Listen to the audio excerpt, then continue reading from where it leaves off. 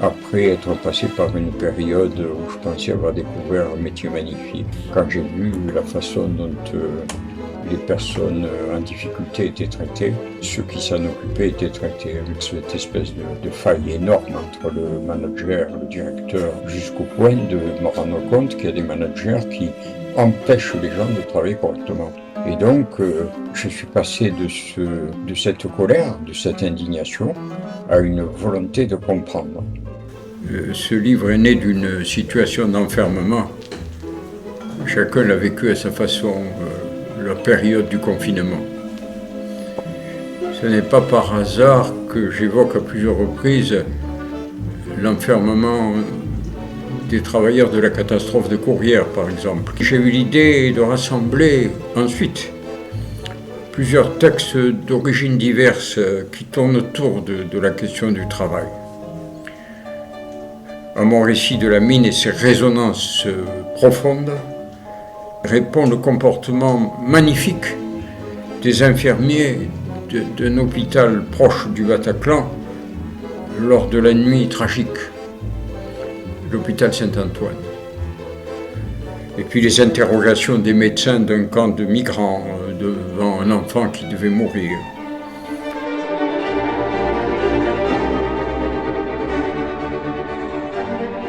Le titre provocateur de mon livre donne à penser qu'il s'agit d'un pamphlet. C'est sans doute un petit peu un pamphlet, mais plus encore un travail de réflexion, même de méditation sur la question du travail, et notamment du travail social et de ses particularités, souvent si mal comprises par le management d'aujourd'hui. Des auteurs comme Simone Weil, la philosophe, et Walter Benjamin ont beaucoup réfléchi à la question du progrès et de l'histoire. Et notamment, Benjamin dit à plusieurs reprises, et notamment dans ses thèses sur l'histoire, à quel point le progrès, c'est peut-être la capacité qu'on peut avoir aujourd'hui à manier le frein d'urgence par rapport à une société qui va trop vite.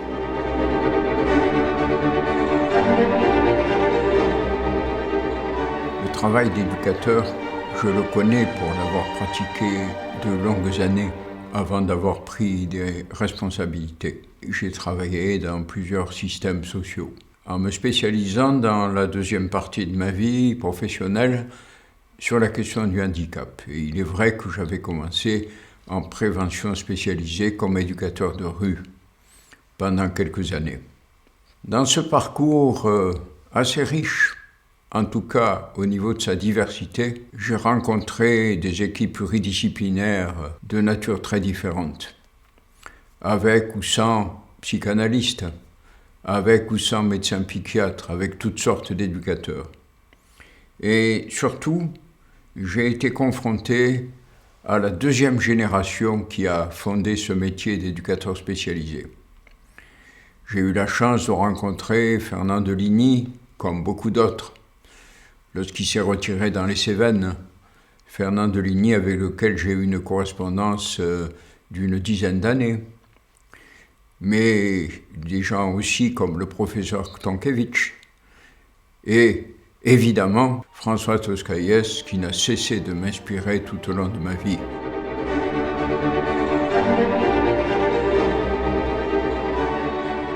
Je m'adresse d'une certaine façon à une population différente de celle des éducateurs. Certes, je parle aux éducateurs, mais aussi à tout ce peuple mal connu, méconnu, ceux que j'appelais dans un livre précédent les transparents, dont on ne connaît pas vraiment les tâches, ni le quotidien, ni les conditions dans lesquelles ils exercent leur métier. Ce qui m'intéresse, c'est finalement le malentendu qui existe entre ces métiers de l'humain et ceux qui l'encadrent, le financent, qui le coordonnent, mais aussi avec les journalistes et le grand public. Il y a là matière à malentendu. On entend encore parler de vocation. Ou bien on évoque des gens qui font un métier par défaut, c'est-à-dire qui n'ont pas pu faire autre chose.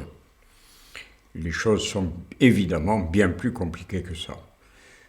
Pour exercer, que ce soit dans une maison de retraite, un centre médico-social, un établissement de délinquants, il faut avoir plus qu'une motivation et encore moins une vocation, il faut avoir appris son métier. Il y a des choses qui s'apprennent, même si un fond permet d'accéder à cette dimension de l'humain dont je parle.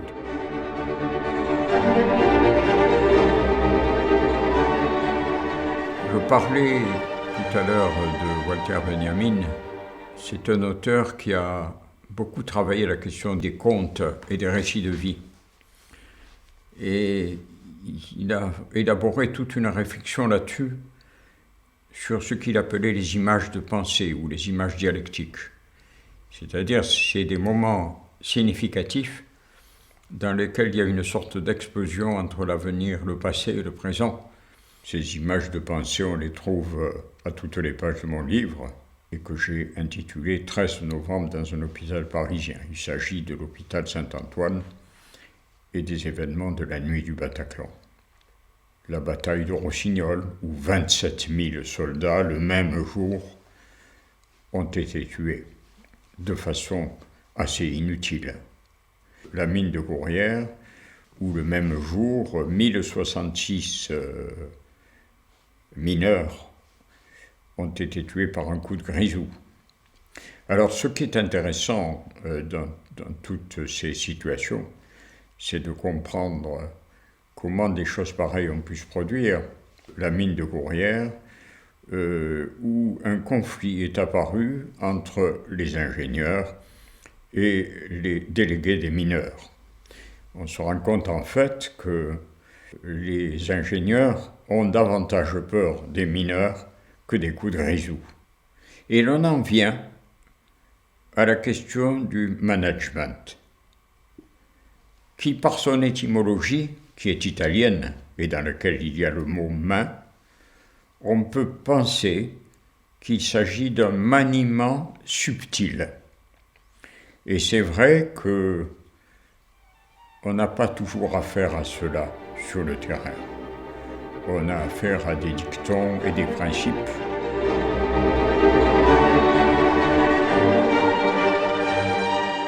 Il se dit beaucoup actuellement que le social va mal. Et je peux dire, en tant que formateur, que je suis encore un peu, que les échos de ce qui se dit dans les institutions ou dans les groupements de professionnels sont assez catastrophiques. On peut constater qu'un peu partout, il y a des mouvements et des tentatives pour bouger quelque chose.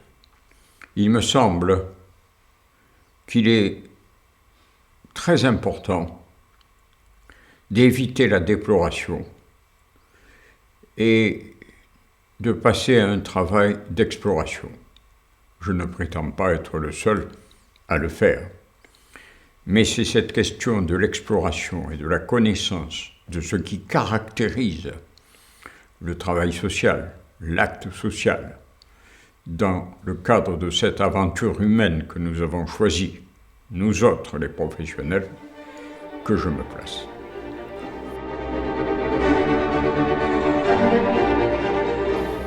Je ne suis pas sûr qu'on ait compris que tous ces métiers de l'humain sont en fait de vrais métiers, qui s'apprennent et qui se transmettent.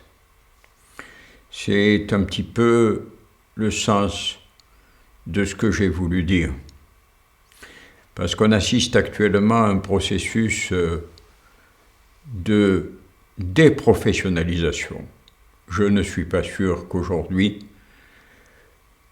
on ait envie d'avoir des éducateurs, des infirmiers, des assistants sociaux vraiment qualifiés et qui puissent se poser la question des conditions de leur pratique.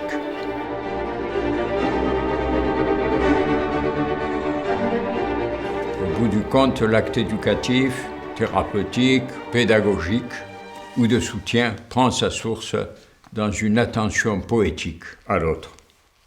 Et c'est là que nous rencontrons la question du poétique qui fait l'objet d'un chapitre entier de mon livre. Finalement, la question du poétique est la question la plus politique qui soit, la plus éthique qui soit.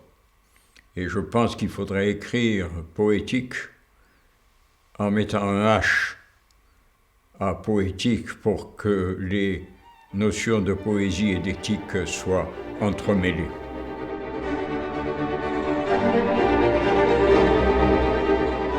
Pour parler de l'acte éducatif, de l'acte thérapeutique ou pédagogique, j'emploie souvent l'expression du chant profond. Le chant profond, c'est la traduction du castillan cante hondo. Il me semble qu'il y a une dimension du tragique et du poétique dans ce que nous faisons tous les jours, avec ce que Gaston Pinault appelait les exclus, les reclus et les perclus. Et cette confrontation est traduite par un moment métaphorique dans le livre où l'on voit une cantaora, comme on dit des chanteurs flamencos, qui chantent a cappella pour les mineurs qui sont en grève au fond de la mine parce qu'ils ne sont pas d'accord sur les conditions de revente de leur entreprise et la façon dont ils sont payés, qui ont décidé de rester au fond de la mine pendant des semaines et des semaines. Et une cantaor qui vient les soutenir et on entend cette voix du plus profond de la terre qui marque sa solidarité pour tous ces travailleurs de l'ombre.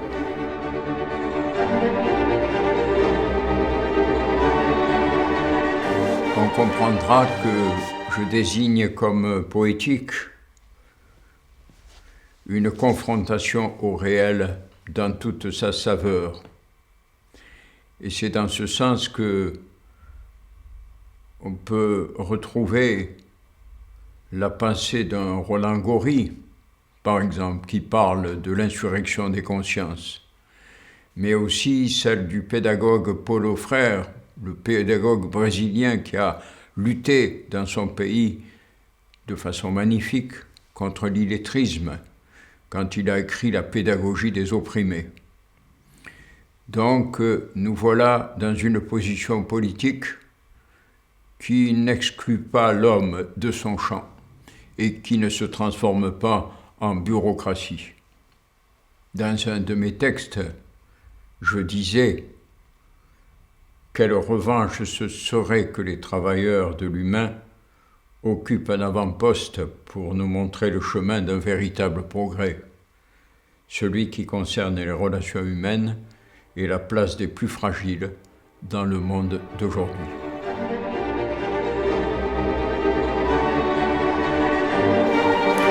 N'accepte jamais qu'on t'empêche de penser, qu'on s'occupe de tes rêves et de ton fort intérieur, qu'on ne respecte ni les silences de ton âme, ni tes hésitations, ni tes réflexions. Rappelle-toi que le cœur est un muscle. Méfie-toi de ceux qui comprennent les personnes handicapées, les malades mentaux, les enfants en souffrance, sans les voir ni les entendre, et qui savent par avance comment tu dois les rencontrer. Surtout si ces conseillers restent obstinément loin de toi.